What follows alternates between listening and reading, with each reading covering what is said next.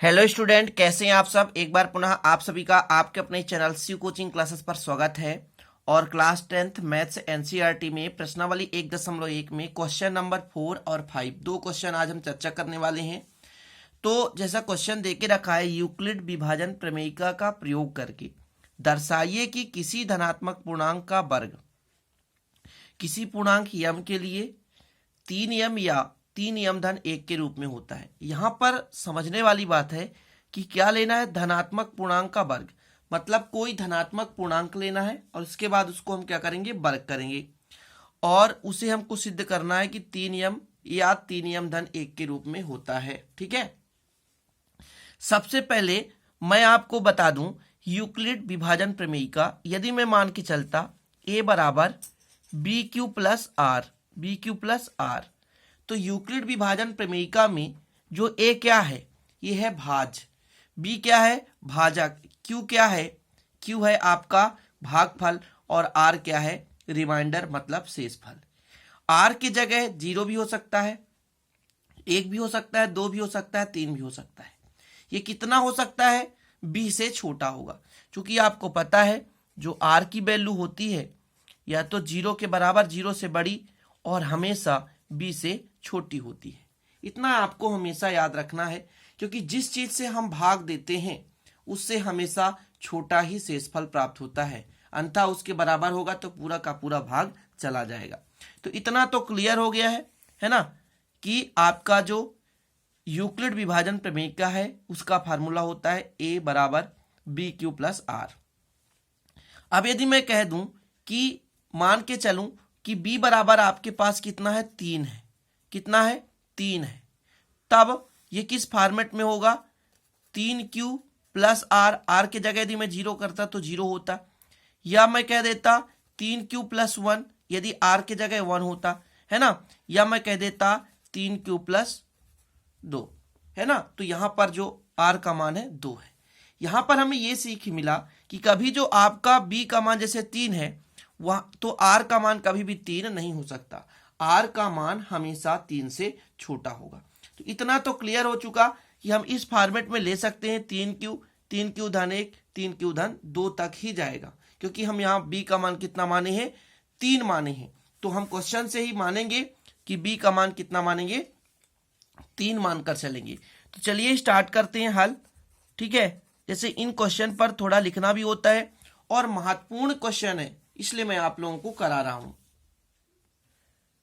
इतना लिखना है आपको कि माना x कोई धनात्मक पूर्णांक है, तब यह 3q धन 1 या 3q धन 2 के रूप में लिखा जा सकता है। जैसा कि मैंने अभी आपको समझाया कि यहाँ r का मान 0 है, यहाँ r का मान कितना है, 1 है, यहाँ r का मान 2 है। r का मान कभी भी 3 के बराबर नहीं हो सकता, क्योंकि जब हम 3 से भाग देते हैं तो यदि शेषफल 3 आएगा तो वो तो डेफिनेट है कि 3 से डिवाइड हो रहा है, इसलिए कभी भी रिमाइंडर 3 से बड़ा नहीं हो सकता, ना 3 के बराबर, हमेशा 3 से छोटा होगा। कब, जब b का मान कितना होगा, 3 होगा। ठीक है ना। चलिए आगे, अब आपको करना क्या है कि धनात्मक पूर्णांक का वर्ग क्वेश्चन दे के रखा है, वर्ग निकालना है। तो अब हम लेकर चलेंगे, ठीक है, अब हम लेकर चलेंगे कि आपका जो 3q है,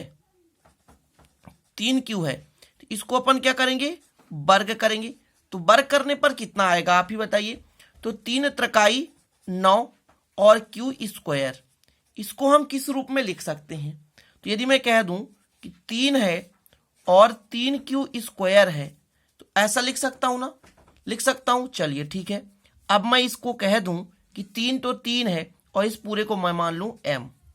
मैं मान लिया, जहां मैंने क्या माना है, जहां मैंने मान रखा है कि m बराबर 3q स्क्वायर, जहां मैंने कितना माना है, m बराबर 3q स्क्वायर एक धनात्मक पूर्णांक है, एक धनात्मक पूर्णांक है। इतना आप तो मान सकते हैं, एक धनात्मक पूर्णांक है, इतना तो आसानी से मान सकते हैं। तो हमें सिद्ध क्या करना था, 3m के रूप में होता है। तो पहला प्रोसेस तो अपना कंप्लीट हो गया, 3m के रूप में होता है। ठीक है ना। अब अगले वाले को वर्ग करेंगे, किसको, 3q धन 1 को वर्ग करेंगे। तो चलिए करके देखते हैं। तो आपके पास कितना है, 3q और धन 1, इसका क्या करेंगे, वर्ग करेंगे। तो जब वर्ग करेंगे तो कितना आएगा आप ही बताइए। तो जब वर्ग करेंगे तो a प्लस बी का होल स्क्वायर, फार्मूला क्या होता है A square plus 2ab plus B square. तो ये आपका फार्मूला है, इस फार्मूले को आप लोग याद कर लें। a प्लस बी का होल स्क्वायर बराबर A square plus 2ab plus B square. तो फार्मूला तो बनना ही चाहिए आपसे, ठीक है। चलिए ए स्क्वायर मतलब 3 त्रिकाई 9q स्क्वायर, 2ab मतलब 3 दूनी 6q, एक का मल्टीप्लाई करेंगे तो कुछ परिवर्तन नहीं होगा, एक का स्क्वायर मतलब एक ही रहेगा, ठीक है, कोई दिक्कत नहीं, इतना तो आपसे बन जाना चाहिए।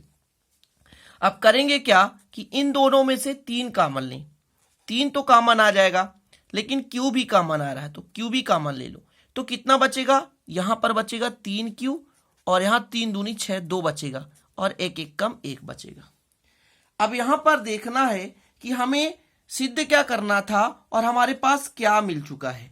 तो हमें सिद्ध करना था यहां पर 3 यम धन 1, तो 1 तो मिला है और 3 भी दिख रहा है, देखिए ये 3 भी दिख रहा है और 1 भी दिख रहा है, यहां से यहां तक इसको हम मान लेंगे यम। तो यदि मैं कह दूं 3 यम धन 1 जहां m बराबर q इंटू 3q प्लस 2, एक क्या है, एक धनात्मक पूर्णांक है, एक धनात्मक पूर्णांक है, ठीक है ना, पूर्णांक है। इतना हो गया, 2 चीज तो आपने प्रूव कर लिया कि 3 यम के रूप में होता है, 3 यम धन 1 के रूप में होता है, और चाहे तो आगे भी हम प्रूव कर सकते हैं। देखिए अब हमने इसका वर्ग किया पहले, इसके बाद इसका वर्ग किया, इसके बाद इसका वर्ग अब करना है हमको, मतलब 2 का हमने वर्ग निकाल लिया, तीसरे का वर्ग अपन को निकालना है। तो चलिए निकाल लेते हैं। तो तीसरा अपने पास है 3q धन 2, यदि इसका वर्ग निकालेंगे तो कितना आएगा, 3 त्रिकाई 9q स्क्वायर, फिर 2ab तो 3 दूनी 6 दूनी 12q प्लस 1 एक कम 1, यहां से भी आप 3 कॉमन ले लें, 3 कॉमन ले लें और जो बचे तो आप 2 दूनी 4 होता है यहाँ पर, तो एक काम करें 3q स्क्वायर कर दें और 12q कर दें और इसको 3 धन 1 कर दें, 3 धन 1 कर दें। अब जब आप इतना कर लिए हैं तो अब इसमें से कुछ कॉमन आ रहा है, क्या कॉमन आ रहा है, 3 कॉमन आ रहा है, q square plus 4q plus 1 plus 1। अब देखिए हमको 1 मिल रहा है और यहाँ पर 3 मिल रहा है, ये बाकी जो आपका है इसको हम मान लेंगे, क्या मान लेंगे, तो इसको मान लेंगे m मान लेंगे। तो चलिए इसको कर लेते हैं m मानकर m, जहां हमने क्या माना है, जहां m बराबर माना हमने q square plus 4q plus 1, एक क्या है, धनात्मक पूर्णांक, धनात्मक पूर्णांक है, ठीक है ना। अब हमने क्या देखा कि केवल आपको 3 यम धन 1 और 3 यम मिला, यही तो सिद्ध करना था, यही तो सिद्ध करना था। क्वेश्चन क्या देके रखा है, देखिए कोई भी धनात्मक पूर्णांक का वर्ग किसी भी पूर्णांक यम के लिए 3 यम या 3 यम धन 1 के रूप में होता है। तो लास्ट में आपको लिख देना अतः किसी धनात्मक पूर्णांक का वर्ग किसी पूर्णांक यम के लिए, किसी धनात्मक पूर्णांक का वर्ग किसी पूर्णांक यम के लिए 3 यम या 3 यम धन 1 के रूप में होता है। आसानी से कर पाएंगे ना, कर लेंगे, कमेंट बॉक्स में कमेंट कर देना कि सही मतलब आपसे बन रहा है कि नहीं बन रहा है। इसके पहले भी 2 वीडियो इस प्रश्नावली के आपके मैं बना दिया हूं, प्लेलिस्ट में आपको मिल जाएगा। तो चलिए देखते हैं 5वां क्वेश्चन, सेम इसी प्रकार से लेकर चलेंगे और यही 3q मान के चलेंगे, 3q धन 1 मान के चलेंगे और 3q धन 2 मानकर चलेंगे और अपना वही प्रूफ हो जाएगा। तो ये रहा आपका क्वेश्चन नंबर 5, यूक्लिड विभाजन प्रमेयिका का प्रयोग करके दर्शाइए कि किसी धनात्मक पूर्णांक का घन 9m 9m धन 1 9m धन 8 के रूप में होता है। यहां पर घन है, अभी इसके पहले वाले प्रश्न में आपने देखा था वर्ग, अब आपको यहां पर घन लगाना है, बाकी का बाकी सेम रहेगा। तो मान के चलेंगे कोई भी धनात्मक पूर्णांक x है जो कि किस रूप में है, 3q धन 1 या 3q धन 2 के रूप में है। तो इतना आपको पहले लिखना है कि माना x कोई धनात्मक पूर्णांक है जो कि 3q धन 1 या 3q धन 2 के रूप में हो सकता है, जहां q एक धनात्मक पूर्णांक है। अब आपको क्या करना है, घन तो करना है, क्या करना है, घन। चलिए अब आपको क्या निकालना है, घन। तो पहले किसका निकालेंगे, 3q का, 3q का घन कितना होता है आप बताइए। तो 3 त्रिकाई 9 और 9 त्रिक 27, तो 27 क्यू क्यूब। हमको किस रूप में सिद्ध करना है, 9m के रूप में। मतलब इसमें यदि हम 3 बाहर ले लें तो शेष कितना बचेगा, 9q क्यूब, इतना बचेगा। हमको 3m लाना था तो हम कर देते हैं 3m। तो जहां हमने m क्या माना है, जहां m बराबर हमने कितना माना, 9q क्यूब, इतना माना हमने, जो कि ये क्या है, धनात्मक पूर्णांक है, जो कि एक धनात्मक पूर्णांक है। इतना आप लिख सकते हैं, एक धनात्मक पूर्णांक है।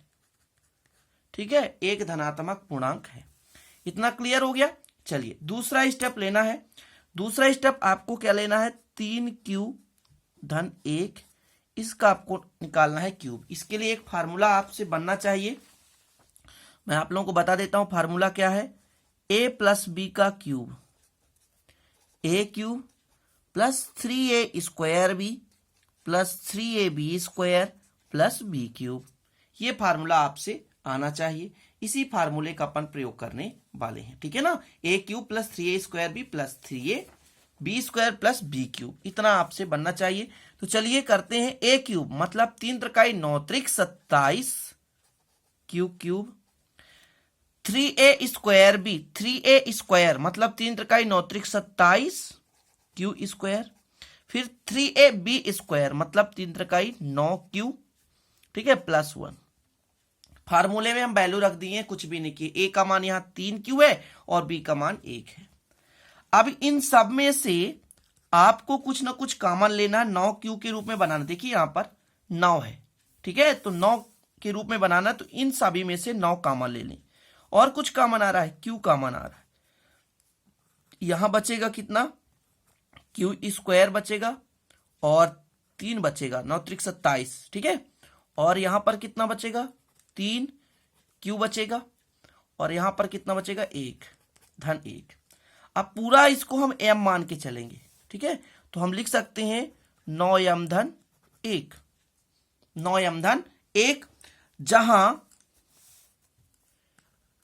हमने माना है m बराबर q into 3q square plus 3q plus 1, एक धनात्मक पूर्णांक है, एक धनात्मक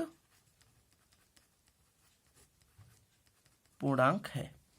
इतना क्लियर है, इतना तो आप आसानी से कर पाएंगे। चलिए अगला स्टेप आपका है 3q धन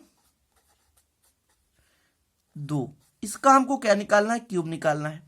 फार्मूला वही रहेगा, a प्लस बी का होल क्यूब। इसमें जब हम मान रखेंगे 3 त्रिकाई 9 त्रिक 27 आएगा, फिर आएगा 3a स्क्वायर बी, तो 2 दूनी 4 और 4 तिहाई 12 है, ठीक है, और 12 तिहाई 36। एक तो ये आएगा और एक आएगा आपका 3 त्रिकाई 9 9 दूनी 18, 18 तिहाई 54, ठीक है, तो 54 क्यू स्क्वायर, और एक आएगा बी क्यूब, तो 2 दूनी 4 और 4 दूनी 8। अब आपको लगेगी कैसे आ गया, तो देखिए a प्लस बी का whole square, a square plus 3a square B plus 3ab square. a का मान आपका कितना था, तो 3q था और b का मान आपका 2 था। तो इसमें आप वैल्यू रखोगे तो ये जो आपका यहां पर आया है 27q square plus 27q cube है, ठीक है, 54q square plus 36q plus 8, इतना आप कर पाएंगे आसानी से, ठीक है। चलिए इसमें से कुछ कॉमन आ रहा है क्या, तो आ रहा है कॉमन 9, ठीक है, 9 कॉमन ले लो, बाकी जो नहीं आए कॉमन, और क्यू सभी में तो क्यू कॉमन ले लो। तो 9 त्रिक 27, तो 3q स्क्वायर, 9 छक्का 54, तो 6q, और 9 चौको 36, तो 4 धन 8। अब देखिए ये पूरा का पूरा m मान लो इसको, तो यहां पर हम लिख सकते हैं 9m धन 8, जहां m बराबर हमने क्या माना, q into 3q square plus 6q plus 4, एक क्या है, धनात्मक पूर्णांक है, एक धनात्मक पूर्णांक है, एक धनात्मक पूर्णांक है और यही हमें सिद्ध करना था। 9 यम धन 8, 9 यम धन 1 और आपका यहां पर आया था। तो यहां पर थोड़ा सा मिस्टेक ये हुआ था कि 9 हमको कॉमन लेना था और 3 अंदर रहना चाहिए, तो 9 एम के रूप में सिद्ध करना है। ठीक है, तो ये अपना हो जाता 3। ठीक है, यहां पर तो आ चुका है 9 एम। थोड़ा सा यहां पर थोड़ा सा ध्यान दीजिएगा, 9 एम हमको सिद्ध करना था ना, तो जो सिद्ध करना रहता है वही कॉमन लेना होता है। जैसे 9 कॉमन लिया हमने यहाँ पर, क्योंकि 9 एम सिद्ध करना था, तो 9 एम हो गया। और जो अपना अगला स्टेप आया तो 9 यम धन 1 और 9 यम धन 8। तो सॉरी, इसके लिए यहां पर थोड़ा सा आप लोग मैनेज कर लीजिएगा। 9 एम होगा, कितना होगा? 9 एम होगा। तो 9 एम हो गया, 9 यम धन 1 और 9 यम धन 8। यही अपने को सिद्ध करना था कि यहां पर 9 यम लाना था, फिर 9 यम धन 1 और फिर 9 यम धन 8। तो इस प्रकार से स्टूडेंट आप लोग, आशा करता हूं कि ये समझ में आ गया होगा। थोड़ा सा मेरा गलती थी, यहाँ पे थोड़ा सा मैंने कॉमन उल्टा ले लिया था, इसके लिए सॉरी। लेकिन आप लोग दोनों क्वेश्चन सेम है, एक में वर्ग है एक में घन है, और आसानी से इसे कर लीजिए, आता है पेपर में। इसलिए आप लोगों को बार बार कहता हूं कि इसलिए आप इसे अच्छे से तैयार कर लीजिएगा। तो चलते हैं स्टूडेंट, सारे वीडियो प्लेलिस्ट में आप लोग देख लेना, प्लेलिस्ट में आपको सभी मिल जाएंगे क्रम से। तो मिलते हैं अगले वीडियो में नए टॉपिक के साथ, नए क्वेश्चन के साथ। तब तक के लिए जय हिंद, वंदे मातरम।